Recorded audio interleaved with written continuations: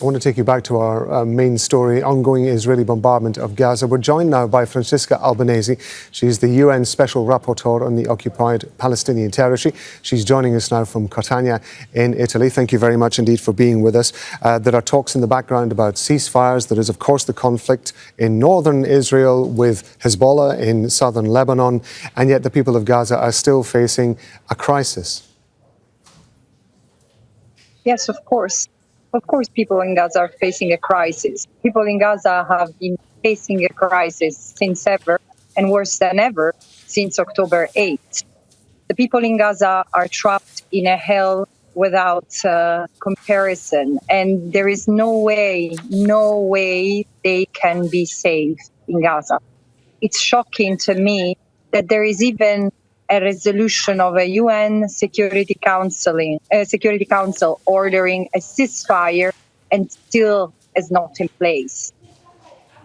There is no other way to stop this carnage in Gaza other than enforcing a ceasefire. And given the fact that Israel doesn't seem willing to comply, it is to be forced to do so. There are no other ways. We went from very recently to seeing global protests on the streets of cities around the world in support of the Palestinian cause and, of course, in support of Israel as well. Those seem to have quietened down. The politics seems to have quietened down. We have, as I say, the ceasefire negotiations possibly on one side. Israel has its conflict with Hezbollah to the north. Is it true, is it fair to say that everybody seems to be basically just waiting for the next thing to happen, and in the meantime the people of Gaza are simply going through what you've described day after day after day? Well, in a way, I agree with you that things seems to have sort of become quieter. But this is not quiet because the protests have been repressed in the street pretty much everywhere, including in the West. Student protests have been cracked down, often violently. The encampments have been abruptly forced to shut down. So I don't think that people are really quiet. People are in distress because they are horrified about what's happening in Gaza, and they are horrified to see that politicians do not respond. At the same time, yes, the politics do not align with the street. Then, of course, the risk of normalizing this new law is there. This is where we are. And again, it's equally shocking.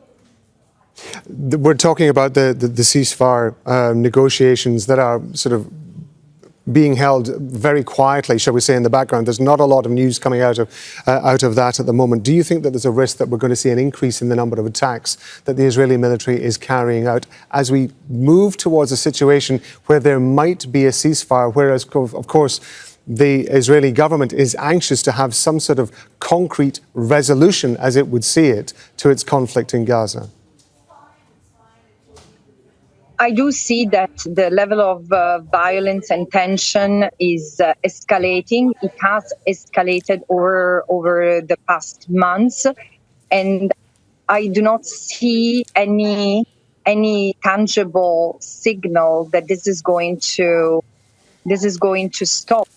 Maybe the discussions for a ceasefire are ongoing. I don't know anything about that, so I cannot comment. What I see, though, is that people continue to die out of starvation. There is famine in Gaza. There are, again, this is something that I've said it over and over. The hospitals do not have capacity to treat Gaza patients. There is nothing decent and dignified left to the people in Gaza, and this in itself should be addressed. But also, let's not forget the Palestinians in the the rest of the occupied Palestinian territory, in the West Bank and in East Jerusalem. Because as we speak, in recent days, both Israeli ministers have spoken of advancing the annexation of the large swathes of the West Bank, and the policy has advanced in this sense. This is the other new normal that international community seems to to be oblivious about. Gaza is not an isolated case. Israel seems to be at war with the Palestinians as a whole. Francesca Albanese, UN Special Rapporteur on the Occupied Palestinian Territory. We appreciate your time, ma'am. Thank you very much indeed. Make sure to subscribe to our channel to get the latest news from Al Jazeera.